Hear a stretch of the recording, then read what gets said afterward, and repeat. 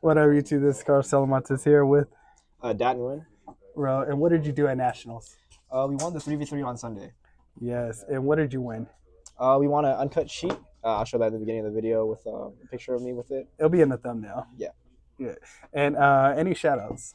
I'm going to give a shout out to Maze, especially, and then Austin, Patrick, Esteban. Those guys, they took me in when everyone got messed up from the flights. The original people I was supposed to stay with couldn't make it, so they took me in and they housed me for the weekend. Heard he's pretty amazing. Yeah, amazing. Yeah, and then special shout out to my boys, Tommy Nguyen. Yeah.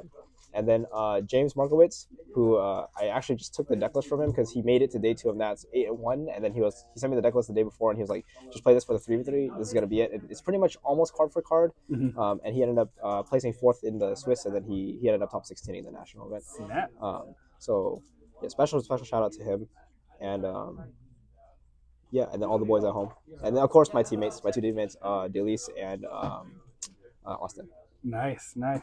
So, all right, let's get into it. So for Tenpai Dragons, we played 3 Pydra, 3 Chandra, 2 of the new one, Genroku. He's like the popper of the deck, and he's a Lone Fire Blossom. Real quick, how do you feel about this new card? It has raised the ceiling a bit because it's an extender now, and so now you get an extender with the level 3. He can be a level 3 or level 4 tuner, so you can sync with your non-tuner level 7s, like your utility 7s, and you can make the 10 with them. So it increases the ceiling a bit on how the deck can be played, but it also makes another card I would show, an engine card, so that it's like pretty mandatory. Sounds good.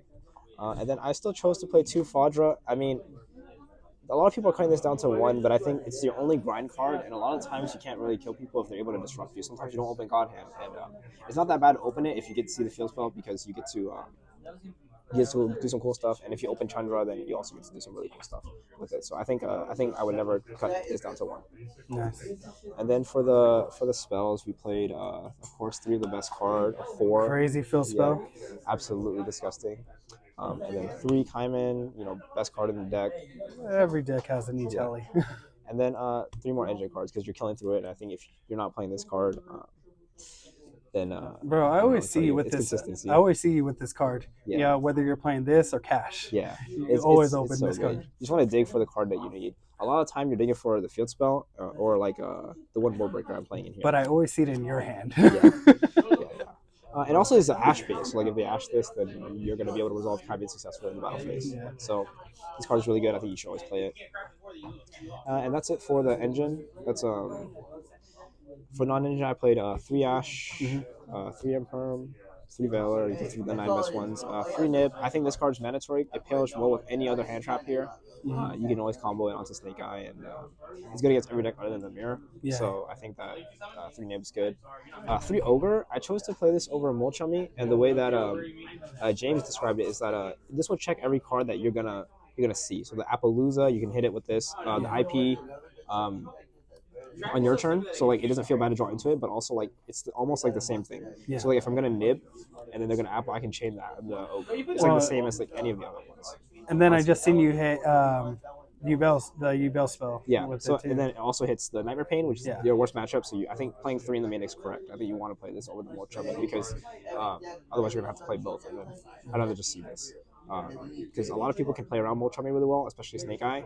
And then if they open the Fiend Spit stuff, they can play around Molchummy really well. So like, I'd rather just see this hand trap and be able to deal with their stuff right away, and like instead of like drawing into engine cards. So I think this is just better. And for the rest of non-engine, I played 3 Mourner. This is for every extra deck card. When people are trying to play around, usually this is used to hit like things like Princess. So that they don't get to bring back the Flamberge and scale the IP. So it's almost like and it's good in the mirror. It helps you kill in time. So a really cool play that you can do is you can like you can wait until they summon a big monster, you Mourner it, and then you just nib them there. It'll get removed from the field and they'll burn for life. And that's like the way to play in time, I guess. But it's just really more copies of Imperm. I always see this card in your hand too. Yeah. It's nice. It's nice. And then it works under Shifter, which we'll get into later. Since I'm not making that card. And then the last card I was talking about earlier, the Magnumite. Let's just become like a really good starter because you can Magnumite them on their turn, especially with everyone playing the Featsmith stuff now. You get to Magnumite them, and then you can Magnumite things like the Spirit of Ebel or the Grey Squirmer. So there's like really good things that you can Magnumite in this format, and then it'll add Genroku at the end phase, and then you get to summon it, and then you get to just start playing on their end phase. You tribute off the Genroku, search some of the Hydra, you get to search the field spell, and then you're particular on your turn. Bestials were huge during Nats too. Yeah. Bestial's really big, but I couldn't find room for more, so I just played the one. And then the only board breaker of the deck I'm playing, and it's a droplet. This card helps you in your worst matchup, which is Ubel. And you get to deal with like the Garudras, you get to deal with the Phantom, you get to deal with things like that. This deck struggles to kill that deck a lot, so this is the only real way you can play it. And you're mainly prosperitying for this, and then you're just if you don't have it, because you can always chain it to like things like the Kaiman and then like terraforming and then prosperity. So like the 3-card combo is just prosperity. You chain Kaiman and you chain droplet, you send it 2, and you're just super plus. And then you get to negate the whole board. And I think that's the only way that you can really beat that deck. And outside of that, it's pretty hard. So that's it for the main deck. That's 42. And let's get into your extra. My extra deck was really kind of scuffed. I would change it a lot. So I played only one Bident. Honestly, you need to play 2. In the 3v3, I played against a guy who plays playing Unicorn, and he didn't rip this, luckily. But like, if he ripped this, I would have struggled to kill him a lot. So I think you have to play the 2, just from that. Like, so you did miss the second. Yeah, I did miss it, but only against that deck. But just to respect it, I would play it again because there's some other cards I just literally never summoned. Well, and then Cash Snake Eye is still kind of floating around. Yeah, I think it's good because a lot of people are building their extras with like one of everything. Yeah. So he can hit things like Princess and like the access code. I haven't like seen a couple of players still play Cash Snake Eye and Featsmith. Yeah. So I think just to respect that, you should play more than one. But I play 1 of the 10. You don't need more. You play the Meteor Burst, which is pretty much the same thing. And then one Cleave Out, this deals with a lot of problem cards. You can do things like pop your field spell, you can kill through Shifter a lot easier with him. Black Rose, if they make a big board, you have the field spell with this, you nuke their board. This is your best card against Ubel, your worst matchup, so you always have to play this. You have to be very careful though, because things like Genroku and Bident lock you the dragon, so you have to be able to make him without it. But if you're able to make him and you're able to kill their Ubel monster, you usually win. I'm just saying real quick, maybe I may be revealing my age, but the old Power Rangers, like Megazord, this looks like one of those other ones when they were ninjas. I'm just saying, for anybody in the comments, let me know if I'm tripping or not. Go ahead.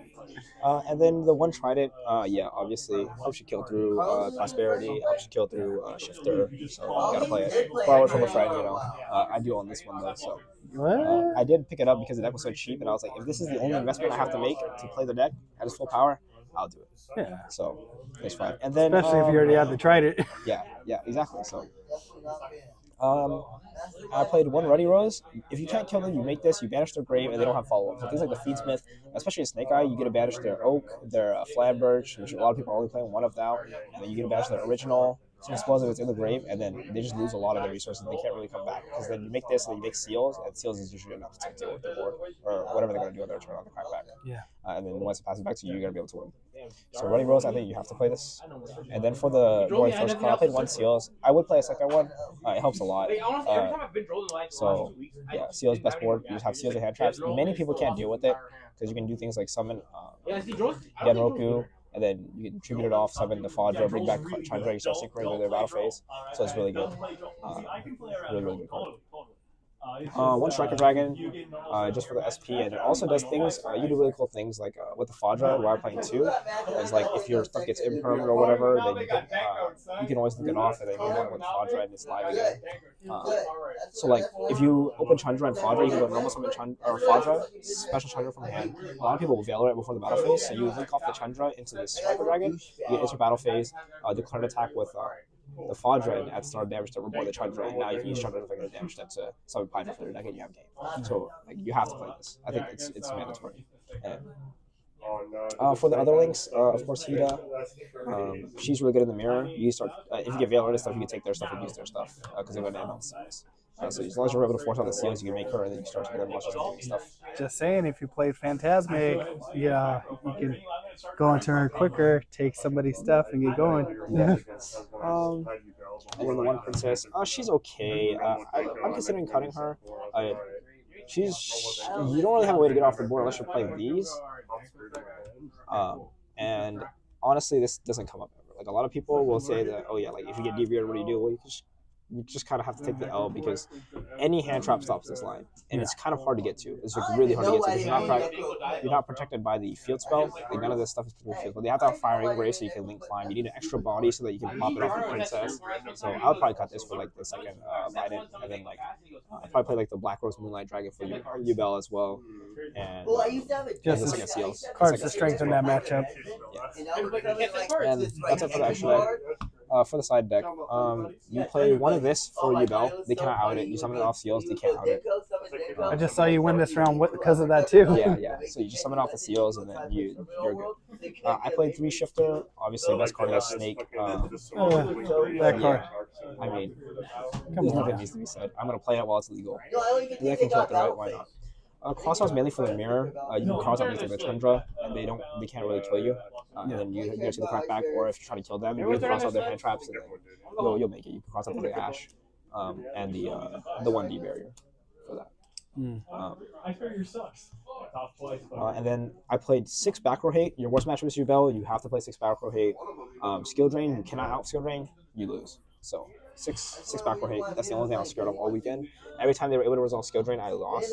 So 6. Snake Eye be doing it too. Yep. And then the one trap.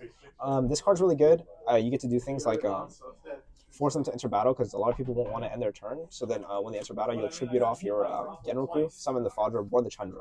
You can make the 7. The 7 will reward the 3, and then you can make the 10. And the 10 says that they have to attack. And even if they summon their monsters in defense mode, on summon, he makes them switch to attack mode, and then they have to attack them if they're able to, like Nightmare Pain. And they're going to take damage, they're going to lose their bodies, and things like Snake Eye, the Pauper won't trigger to put the Witch, the Snake Eye Diablo back in the back row, and it can end their turn immediately.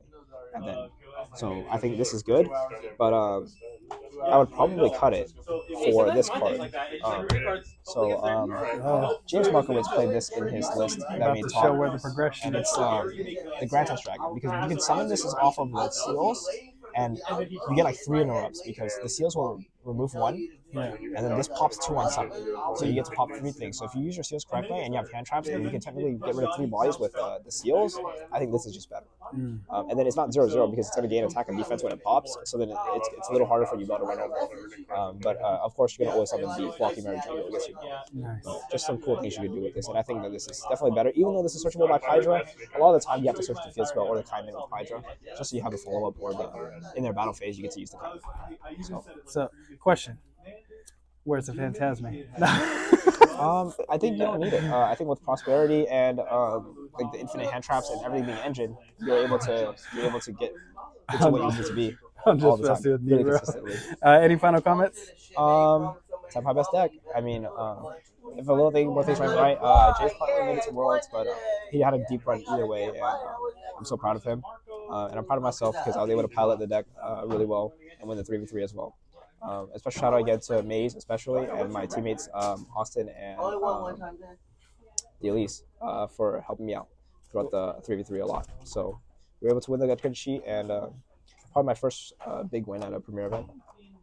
It's pretty hard because once the people that are losing around day 1, they're gonna play this and they're gonna want that good sheet. So we play against a lot of good players, and Austin didn't drop a single match, so he's our best player, and he helped me a lot with the Snake Eye testing. Well, man, I'm proud of you too. You've grown a lot over the years. It's good. So, all right, guys. Well, congrats, and we'll catch you later.